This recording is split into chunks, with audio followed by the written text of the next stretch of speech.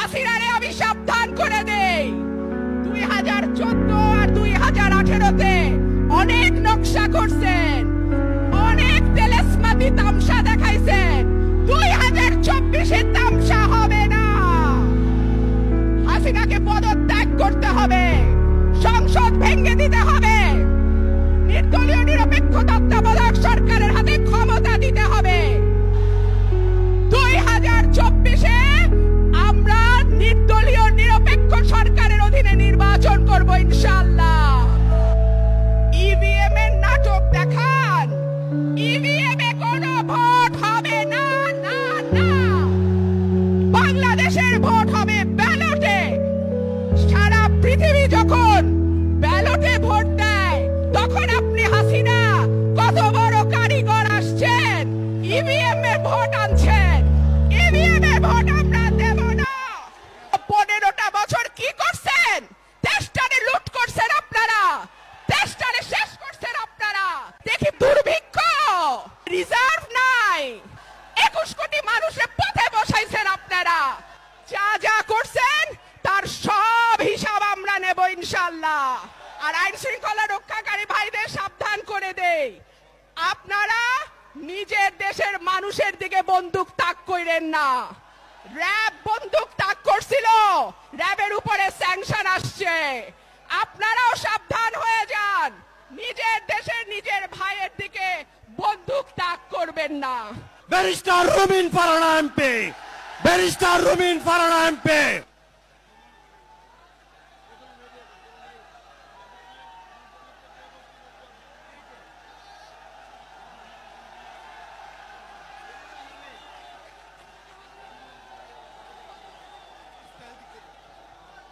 আউযু বিল্লাহি মিনাশ শাইতানির রাজিম, বিসমিল্লাহির রহমানির রহিম।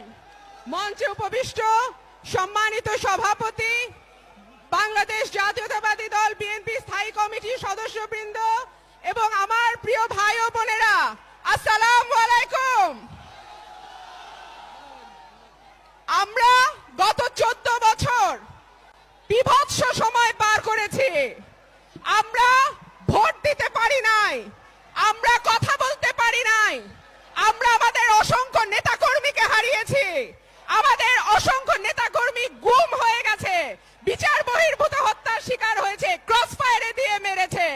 কিন্তু আর না, পরিষ্কার বলে দিতে চাই, টেকনাফ থেকে তেতুলিয়া তাকান, যতগুলো জনসমাবেশ হয়েছে জনসমুদ্রে পরিণত হয়েছে ইনশাআল্লাহ।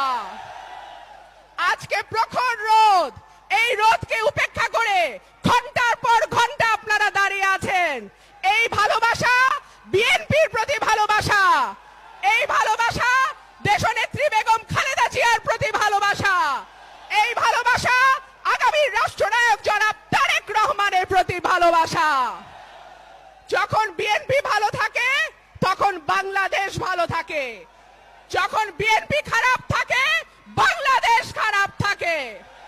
গত 15 বছর বাংলাদেশ খারাপ ছিল, কিন্তু আর নয় বন্ধুরা। আমি আলো দেখি, টানেলের পেছনে যে আলো, সেই আলো আমি দেখি।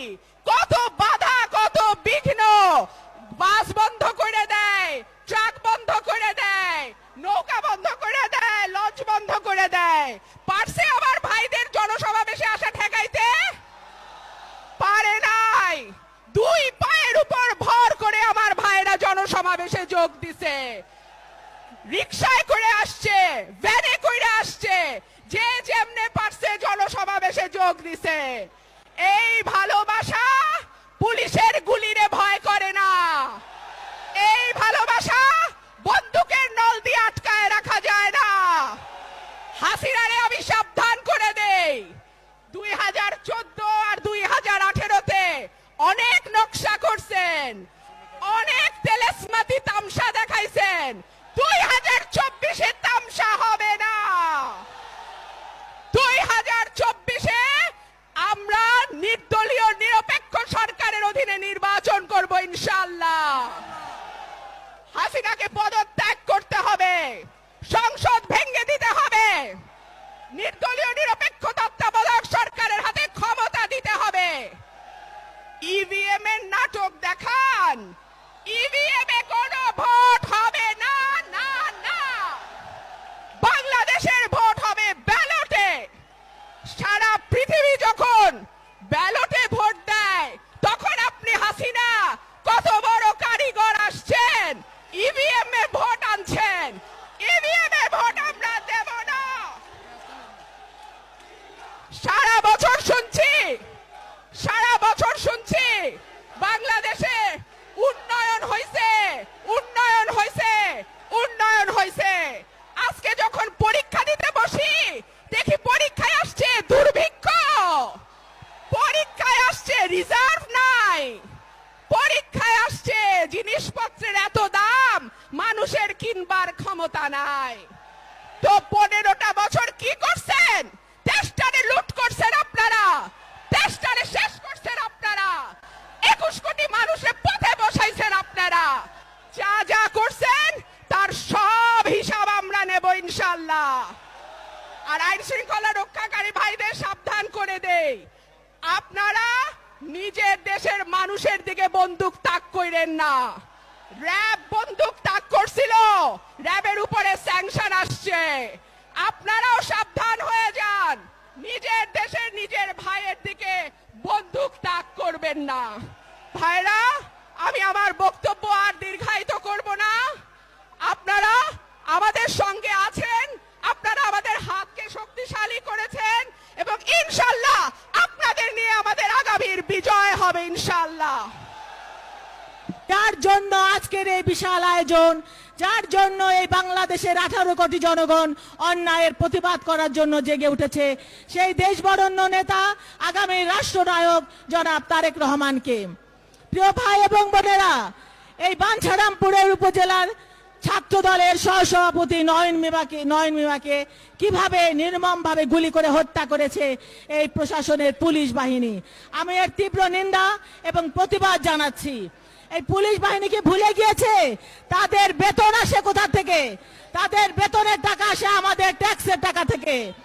এই 18 কোটি জনগণের খেটে খাওয়া মানুষের কষ্ট উপার্জনের টাকা থেকে তাদের বেতন হয়, তাদের সংসার চলে, তাদের সন্তানেরা লেখাপড়া করে, আর সেই টাকা দিয়ে তারা নির্মমভাবে গুলি করে হত্যা করে এই নিরীহ জনগণকে।